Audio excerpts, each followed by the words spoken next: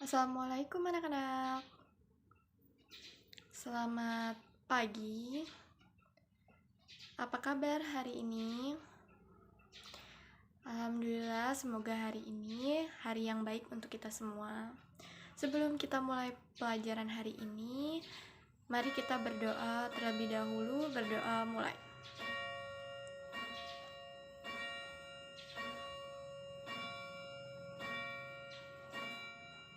Berdoa selesai. Hari ini kita akan belajar tema 7, yaitu indahnya keragaman di negeriku. Pelajaran pertama yaitu pelajaran IPA tentang gaya. Coba sebutkan macam-macam gaya yang kalian ketahui.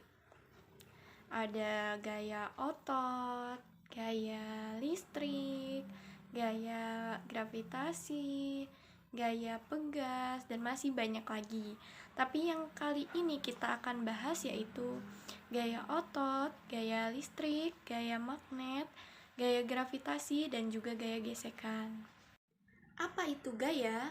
Gaya adalah tarikan atau dorongan yang terjadi pada suatu benda bermassa yang menyebabkan benda tersebut berubah kecepatannya. Setiap kali ada interaksi antara dua benda, ada gaya pada masing-masing benda. Ketika interaksi berhenti, kedua benda tidak lagi mengalami gaya. Jadi, ketika adanya interaksi antara satu benda dengan satu benda yang lainnya, itu dapat terjadinya gaya. Sedangkan ketika benda yang satu dengan yang lainnya tidak terjadi interaksi, itu tidak akan mengalami yang namanya gaya. Macam-macam gaya yang akan dibahas kali ini yaitu gaya otot, gaya listrik, gaya magnet, gaya gravitasi, dan juga gaya gesekan. Yang pertama kita akan bahas gaya otot dulu. Apa itu gaya otot? Gaya otot adalah macam-macam gaya yang dimiliki makhluk hidup yang mempunyai otot. Gaya otot termasuk ke dalam kelompok gaya sentuh. Contoh dari gaya otot itu sendiri adalah ketika seseorang mengangkat beban. Untuk mengangkat beban, otot di dalam tubuhnya bekerja, sehingga mampu menggerakkan tangan untuk mengangkat beban yang ada. Contohnya gaya otot itu sendiri seperti kita mengangkat, ini ada helm, kita mengangkat helm, ini termasuk gaya otot yang dibutuhkan untuk mengangkat helm. Yang selanjutnya yaitu ada gaya listrik. Apa itu gaya listrik? Gaya listrik yaitu gaya yang dihasilkan oleh benda yang bermuatan listrik dalam medan listrik. Contoh dari gaya listrik yaitu kipas angin yang bekerja dengan mengubah energi listrik menjadi energi gerak. Atau contoh lainnya yang bisa kita temui yaitu seperti penggaris yang digesekkan ke meja, itu kan lama-lama akan menimbulkan panas, itu yang dinamakan oleh gaya listrik.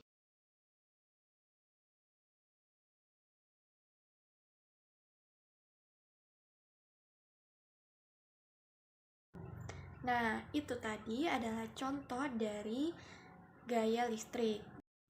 Yang selanjutnya yaitu ada gaya magnet. Apa itu gaya magnet? Gaya magnet adalah gaya tarik atau gaya tolak yang dihasilkan oleh daya tarik magnet. Gaya magnet bisa menggerakkan benda yang terbuat dari besi dan baja. Magnet memiliki sifat-sifat khusus, teman-teman. Jadi yang pertama, sifat dari magnet itu sendiri, magnet memiliki dua kutub, yaitu kutub utara dan kutub selatan. Jika kutub yang tidak sama didekatkan, maka akan terjadi daya tarik menarik. Tapi jika kutub yang sama didekatkan, maka akan terjadi tolak menolak. Contohnya, ini kutub utara dari magnet pertama dan ini kutub selatan dari magnet pertama. Dan ini kutub selatan dari magnet kedua, ini kutub utara dari magnet kedua. Kita satukan antara kutub utara dan kutub selatan. Ini terjadinya gaya tarik menarik. Ketika kutubnya berbeda, maka akan terjadi gaya tarik menarik. Tetapi kita akan menyatukan antara kutub utara dengan kutub utara.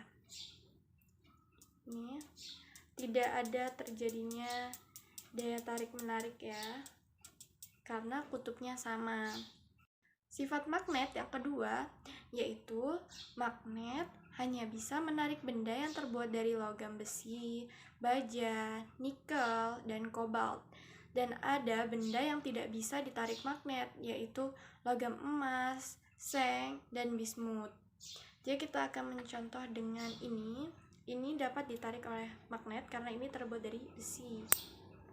Tuh, gini jadinya. Selanjutnya, gaya magnet bisa dimanfaatkan untuk membantu kehidupan manusia loh. Contohnya, yang pertama, magnet pada kompas untuk petunjuk arah. Yang kedua, mengangkat benda-benda yang terbuat dari besi seperti paku-paku yang ada di jalan. Yang ketiga, magnet pada pintu kulkas dan magnet pada hiasan kulkas. Yang keempat yaitu ada gaya gravitasi. Apa itu gaya gravitasi? Gaya gravitasi adalah gaya tarik-menarik yang terjadi antara semua partikel yang mempunyai massa di alam semesta. Contohnya gimana? Contoh dari gaya gravitasi yaitu sebuah apel jatuh ke tanah diakibatkan oleh gaya gravitasi bumi yang menarik apel tersebut ke pusat gravitasi bumi.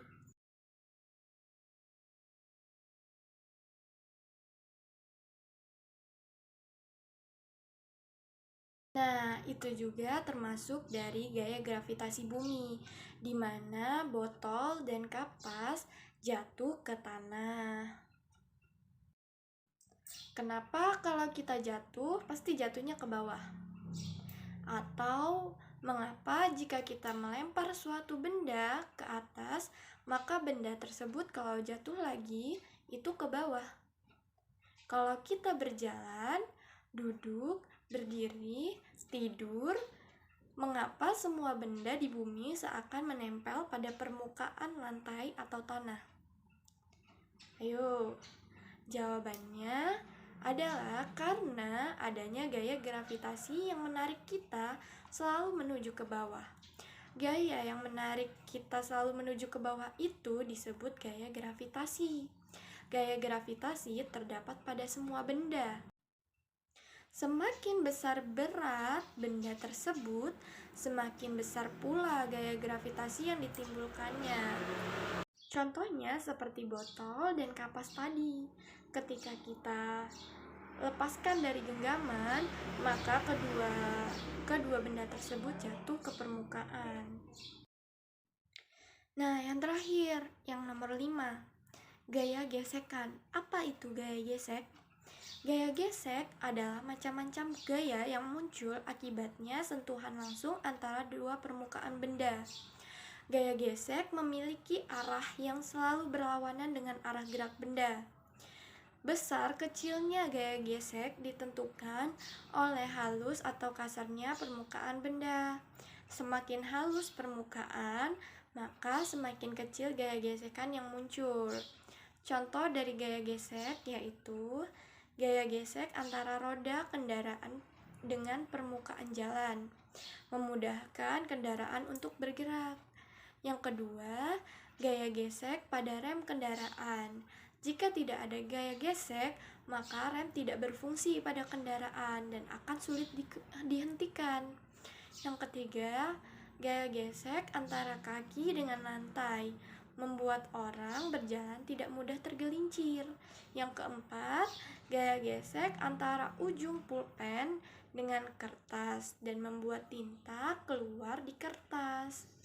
Nah, itu dia kelima gaya yang dibahas kali ini. Nah, selanjutnya kita akan masuk ke pelajaran selanjutnya, yaitu Bahasa Indonesia tentang menggali informasi baru. Di sini Ibu ada teks bacaan yang berjudul Seni Gerabah di Indonesia. Nah, sekarang Ibu akan membacakan teks bacaan tentang seni gerabah di Indonesia. Tahukah kamu apa yang disebut gerabah? Berdasarkan Kamus Besar Bahasa Indonesia atau KBBI, gerabah yaitu alat-alat dapur untuk masak-masak dan sebagainya yang dibuat dari tanah liat yang kemudian dibakar, misalnya kendi dan belanga. Memang, awalnya pembuatan gerabah untuk memenuhi kebutuhan alat-alat dapur. Namun, dalam perkembangannya, seni kerajinan gerabah meluas dan menghasilkan macam-macam benda. Pembuatan gerabah secara tradisional tersebar di wilayah Nusantara. Di Jawa, tempat yang terkenal dengan pembuatan gerabah adalah Kasongan, Yogyakarta. Kasongan adalah nama daerah di Kecamatan Kasiban, Bantul. Letak Kasongan kurang lebih 8 km di sebelah barat daya Yogyakarta. Gerabah Kasongan awalnya biasa saja. Perajin Kasongan dahulu hanya membuat barang-barang rumah tangga seperti anglo, cobek, atau kendi. Namun, pada tahun 1970-an, Bapak Sabto Udoyo, seorang seniman Yogyakarta, mendidik perajin di sana. Mereka diajari cara membuat karya seni dari tanah liat. Sejak saat itu, seni gerabah semakin bermunculan. Para perajin membuat kendi yang lebih unik. Mereka juga membuat vas yang dilengkapi aneka hiasan. Semakin hari, pengetahuan dan keahlian perajin makin berkembang. Hasilnya, seperti yang kita lihat dari ini. Gerabah Kasongan menjadi terkenal dan banyak dicari. Di Kabupaten Lombok Barat, Nusa Tenggara Barat, ada sebuah daerah yang terkenal dengan seni pembuatan gerabah, yaitu di Banyumulek. Ada satu karya unik dari seni kerajinan gerabah dari Banyumulek ini, yaitu kendi maling. Umumnya, kendi atau wadah air mempunyai lubang di bagian atas untuk mengisi air. Namun, kendi dari Banyumulek ini adanya pada bagian bawah. Konon, pada zaman dahulu, kendi ini dibuat untuk raja sebagai pengaman supaya maling yang berniat meracuni raja kebingungan mencari lubang di bagian atas kendi. Masyarakat Pulau Ow di Maluku Tengah juga membuat gerabah yang disebut sampeh. Mereka kebanyakan membuat sampeh untuk keperluan rumah tangga. Ada sampeh yang digunakan sebagai kompor, tempat memasak makanan, dan membuat obat-obatan tradisional. Ada pula sampeh yang digunakan sebagai wadah suguhan dan berfungsi seperti piring. Di Papua, saat ini tradisi pembuatan gerabah ditemukan di pesisir utara Papua, tepatnya di Kampung Abar. Kampung Abar adalah salah satu kampung di Danau Sentani, Kabupaten Jayapura. Umumnya, pembuatan gerabah di Kampung Abar dilakukan wanita. Konsumen gerabah dari Kampung Abar adalah para wisatawan yang datang ke Danau Sentani. Bagi para wisatawan, gerabah Papua itu menarik karena dibuat dengan tangan kosong tanpa mengandalkan teknologi alat pemutar. Bentuknya yang tidak halus dengan motif-motif khas Sentani juga merupakan daya tarik gerabah Papua. Jadi itu teks bacaan yang berjudul Seni Gerabah di Indonesia. Mana informasinya? Yang termasuk dari informasi yaitu gerabah yaitu alat-alat dapur. Terus di Jawa, tempat yang terkenal dengan pembuatan gerabah adalah Kasongan, Yogyakarta. Jadi, tempat pembuatan gerabah di Jawa itu ada di Kasongan, tempatnya yaitu di Yogyakarta. Terus, perajin Kasongan dahulu hanya membuat barang-barang rumah tangga seperti anglo, cobek, atau kendi. Nah, jadi perajin Kasongan dahulu itu hanya cuma buat barang-barang untuk rumah tangga aja, seperti anglo, cobek, atau kendi. Terus, pada tahun 1970-an, Bapak Sabto Hudoyo, seorang seniman Yogyakarta, mendidik perajin di sana. Nah, di sana itu mereka diajari membuat karya seni dari tanah liat, ya termasuk gerabah itu. Kalau di sana adanya gerabah Kasongan, itu termasuk gerabah yang sering dicari atau sering terkenal di sana di Yogyakarta tepatnya. Terus seni kerajinan gerabah dari Banyumalek ini yaitu kendi maling. Kenapa kendi maling?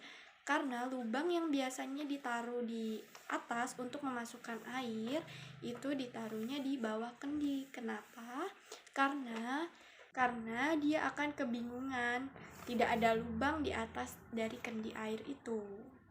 Nah, yang selanjutnya, masyarakat Pulau Au di Maluku Tengah juga membuat gerabah yang disebut sampeh.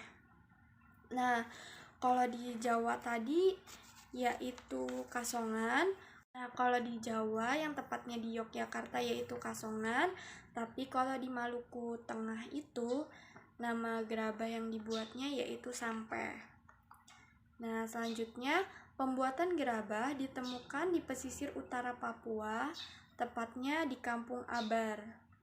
Nah, kalau yang di Papua, pesisir utara Papua itu juga membuat gerabah, tepatnya itu di Kampung Abar. Bentuknya itu tidak halus dengan motif-motif khas Sentani, juga merupakan daya tarik gerabah Papua. Nah,